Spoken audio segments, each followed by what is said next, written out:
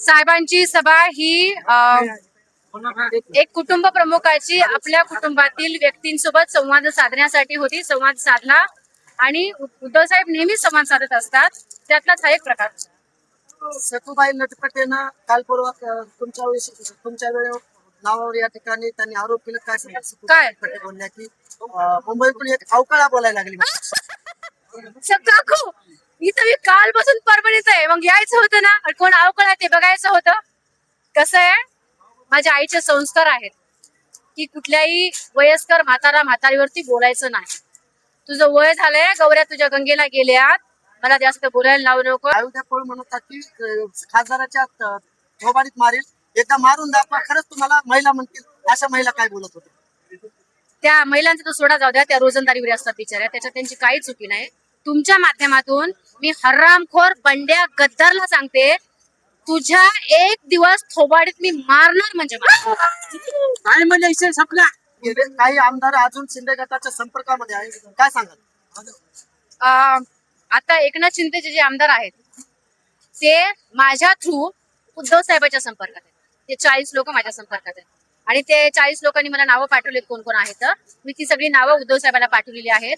आमचे आमदार नाही त्यांच्या संपर्कात, त्यांचे आमदार आमच्या संपर्कात.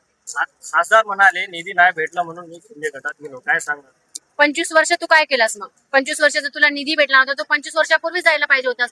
मुळात शिवसेनेचा जन्म हा कधीच सत्तेसाठी कधीच निधीसाठी झालेला नव्हता.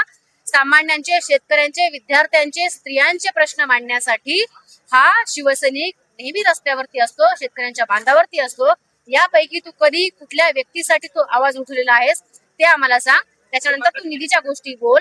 अगोदर इथं परभणीमध्ये 2 वेळेस आमदार, आता तिसऱ्यांदा खासदार, इतकं सगळं. त्याच्या अगोदर तू इथला लोकप्रतिनिधी. असं 25 वर्ष तुझ्या हातामध्ये सत्ता होती. बाकी निधीचं सोड, परंतु तुझ्या जो तुला मिळणारा निधी आहे, तो तुला मिळणारा निधी सुद्धा तू कुठे खर्च केलास?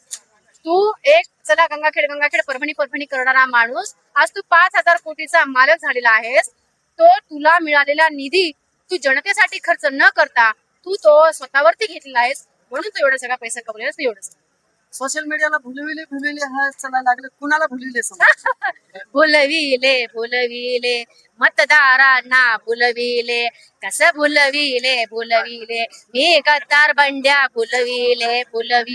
हे मी तर माळकरी आहे.